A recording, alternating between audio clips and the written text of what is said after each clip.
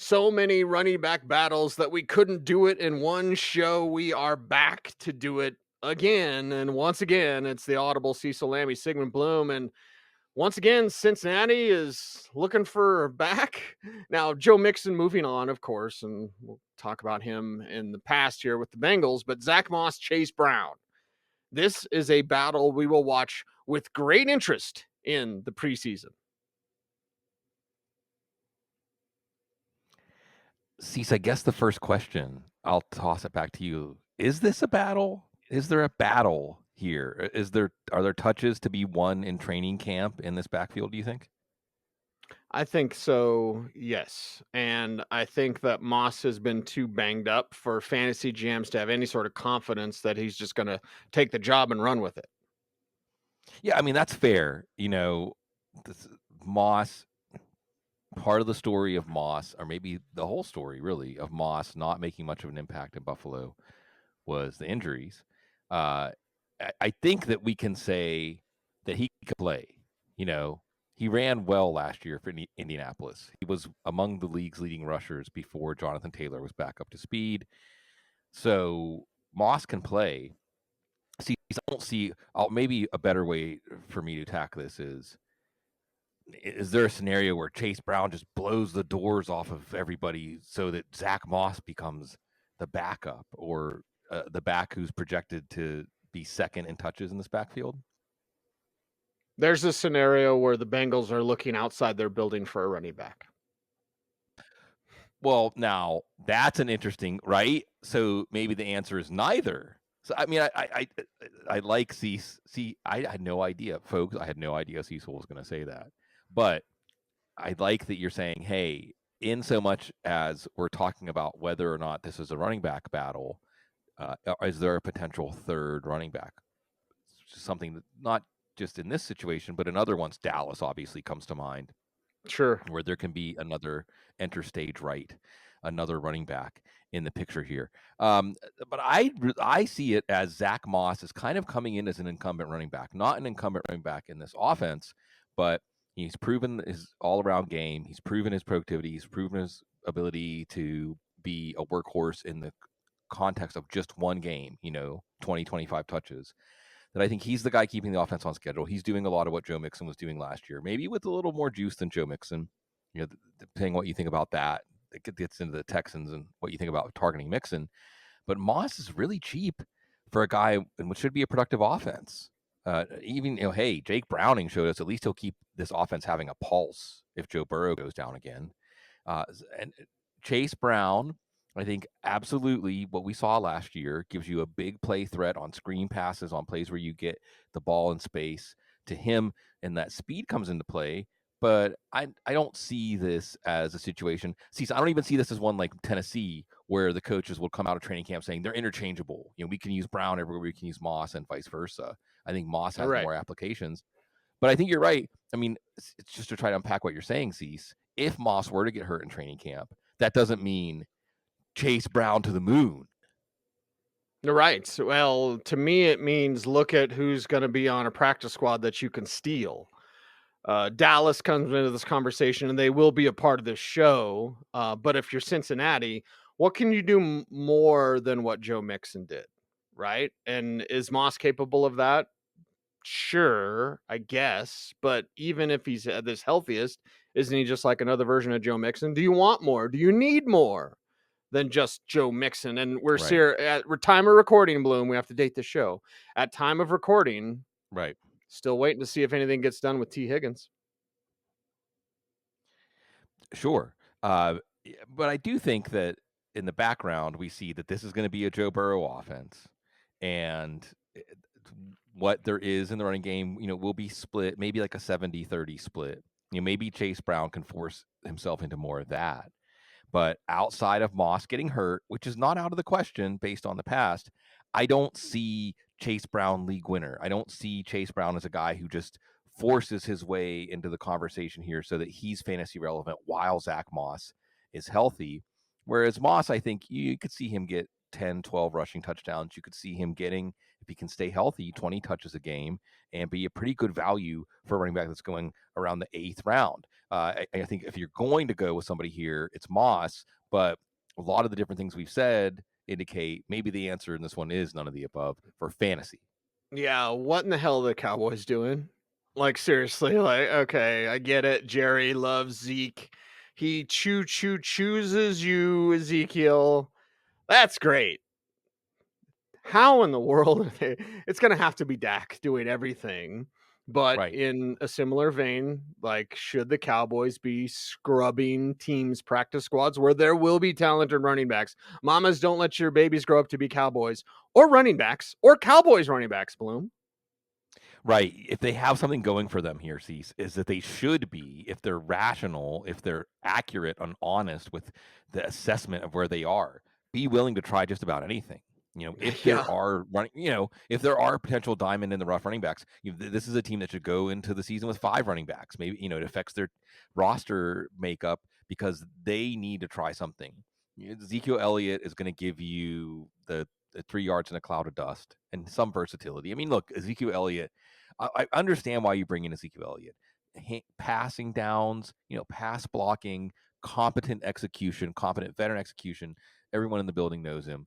And I think that Ezekiel Elliott is not necessarily going to create consistent fantasy value of his own, but he could make it so no running back in this backfield can, especially if it's a 3-back backfield, especially if none of them are that particularly talented. But I think when we look at Dallas seats, we have to expand this out to a larger discussion because those dreams, I don't know, everyone has a different anxiety dream. My anxiety dream is I'm always late for my flight and I can't find everything I need. My bag won't close and I can't find my ticket. And then, I'm going to the wrong place. It's just my brain puts all these obstacles in, no matter what, like new obstacles spring up. I'll never make my flight on time. I don't know what your anxiety dream, Cease, is, but if you run a football team, being in the position where Dallas is right now might be your anxiety dream, right?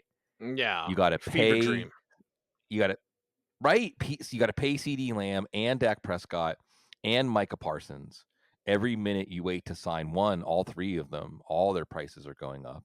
You might be staring at a future without Dak Prescott. And you have other problems, i.e., running back. Everybody was gone out of free agency. Everybody was gone. I don't know. Again, we were just talking about Zack Moss, and the word was Dallas had to get out on Zack Moss once he hit that $8 million 2-year price tag. Ooh. What? Seriously? Like, we got to fix running back, but we can't spend more than $4 million a year. That's too rich for us. Right. Huh? So who were they eventually going to sign? Who were they eventually going to draft? There were times in the draft they could have taken, and they didn't get a chance to take Jonathan Brooks. As Jerry spilled the beans on that one, but they're in a really bad spot. So I think that for fantasy, more than going after, the answer again can be none of the above. And I think it just points back to Dak Prescott. It points to CD Lamb, which everyone understands because he's going second overall behind Christian McCaffrey. It points to Jason. It points to Brandon Cooks, Jalen Tolbert, Jalen Brooks, even. It points to a pass-heavy Cowboys offense like we saw in the second half of the year last year. What does Tennessee point to? Because I love Tajay Spears. I respect Tony Pollard. Speaking of Cowboys, well, now he's with the Titans, and it's like, man, okay, Derrick Henry in front of Tajay Spears was like, all right, it's Derrick Henry, it's the king, whatever. And now Tony Pollard's there, and I was like, I don't even know if he's better than Tajay Spears because I do love me some Tajay Right. Spears. Bloom, have I mentioned that?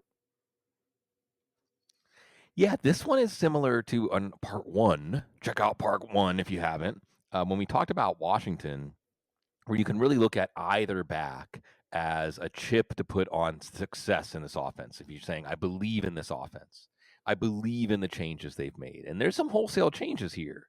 There's some wholesale changes. Bill Callahan fixing the offensive line.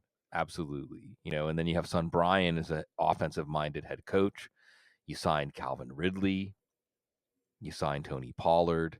And everything out of this team, much like Washington, there's a constant theme: pass. They're going to move the ball through the air. They're going to be a passing offense. So it all comes back to Will Levis. He's the critical point of failure, or maybe critical point of success in this offense. So if all of these changes, they add Joe Alt, that should help. Yeah, you know, Okay. I'm sorry, not Joe Alt. Joe Alt went to the Chargers. I'm sorry. They had J.C. Right. Latham. I'm sorry. But Yes. J.C. Latham, my point is they add a starting day one starting right tackle. That should help. So if this offense is a success, now this is the one backfield that truly they're telling us the team is saying they're interchangeable. Now, that can be good in this day and age for play calling, in so much as you don't have to worry about a running back getting gassed, and you don't have to worry about the playbook changing.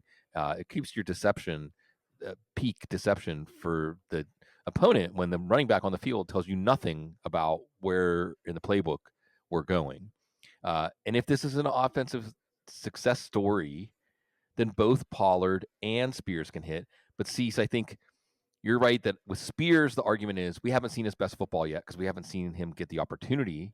And with Pollard, you'd say, and then both negative and positive, you would cite last year, right? The negative is, well, he got a chance to do more and he couldn't do anything with it. It was frustrating.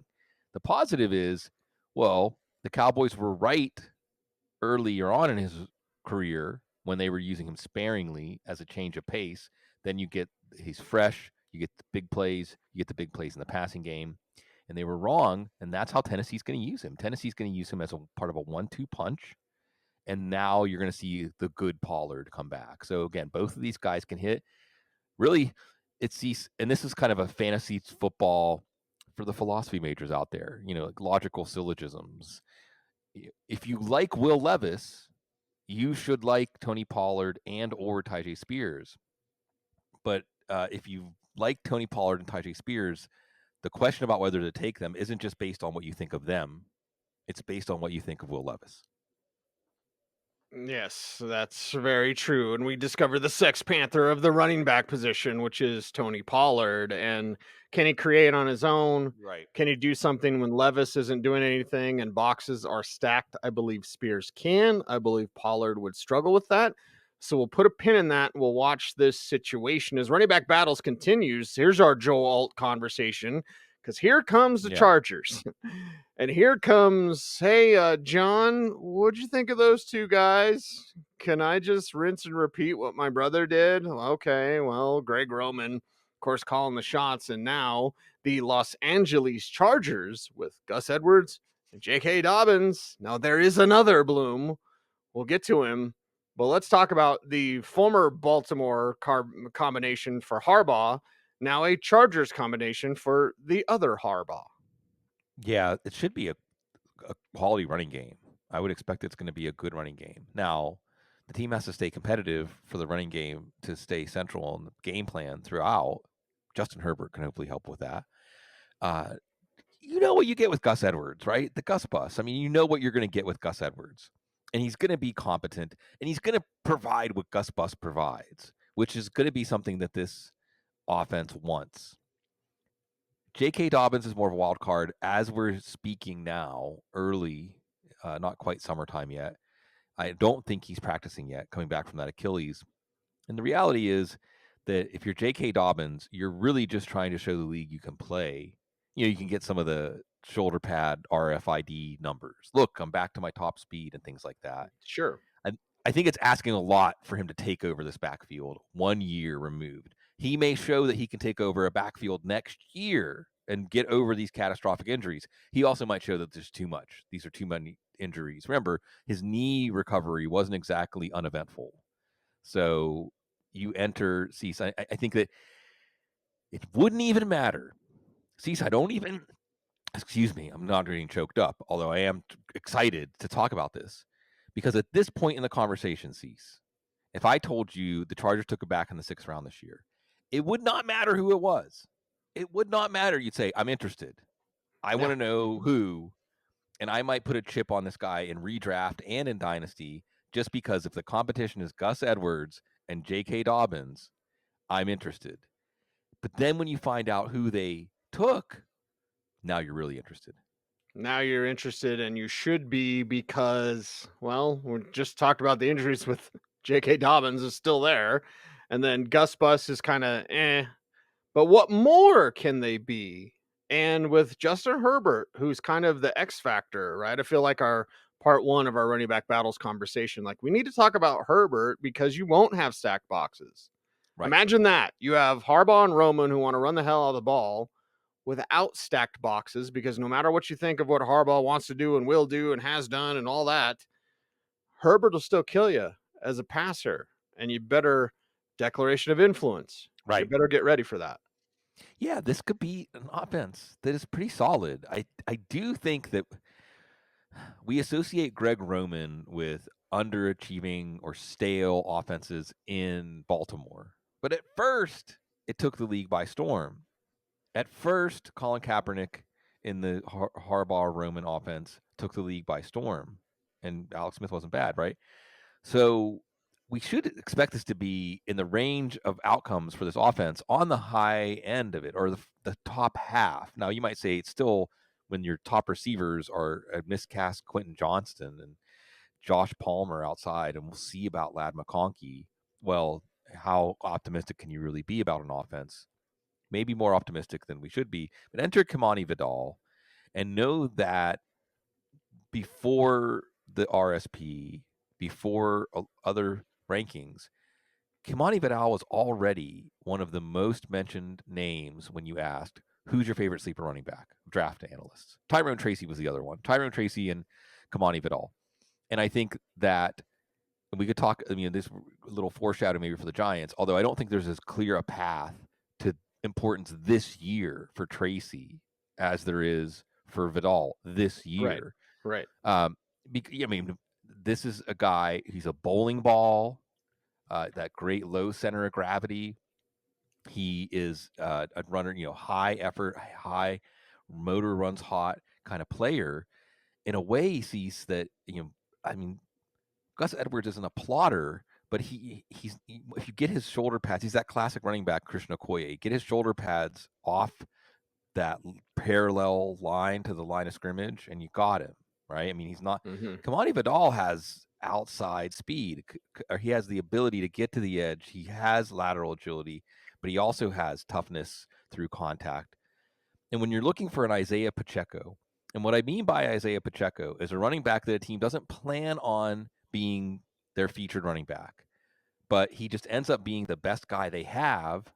And then he's good enough that they say, we don't have to make any dramatic moves now. We have a guy who can be, for a while, 2-3 years, our lead back. I think Kamani Vidal can be that, not just next year, but like Isaiah Pacheco showed, by the end of this year, I think he can be that guy.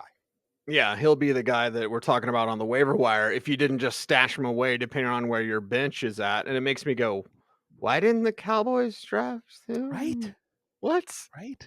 Or Tyrone Tracy or Bucky Irving Blake or Watson. Sure. Cody Schrader.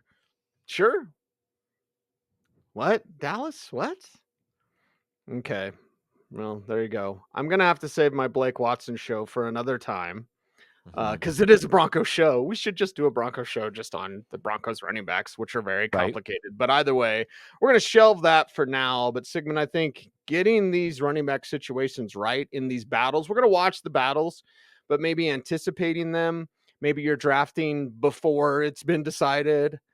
Knowing these battles, I'm going to sound like G.I. Joe.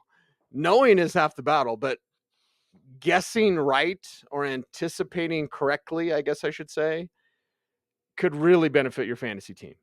Yeah, and even if you're wrong, if you're paying attention, then you're ready to react when you realize you're wrong. So it's just knowing the scene setting going into these running back battles so that as we start to get real information out of training camp, out of preseason, then we'll know which way to move, or if there even is a move.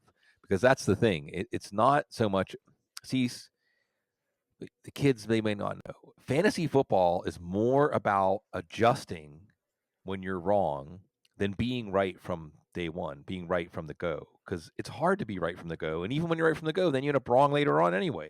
Then something changes, and it's only temporary. Everything's temporary. Windows, a wise man said. You got to take advantage of those windows. And we'll understand where those windows are better by paying attention. But first, we have to know the lay of the land. And I think especially, we're talking about the Chargers, a new coach. We're talking about a lot of these running back battles also are on teams that have new coaches or new faces. So it's time to start learning. It's time to start liking, commenting, sharing, subscribing, and hitting the notification bell so that you never miss a vid. And check out all of our YouTube channels, plural, our Football Guys Audible channel. Subscribe, please. Our Football Guys Fantasy Football channel. Subscribe, please. And subscribe, please, to Football Guys Dynasty channel as well. And make sure to follow Sigmund Bloom on Twitter. He's at Sigmund Bloom. I am at Cecil Lammey saying, thanks for watching. Stay tuned. And would you stay frosty?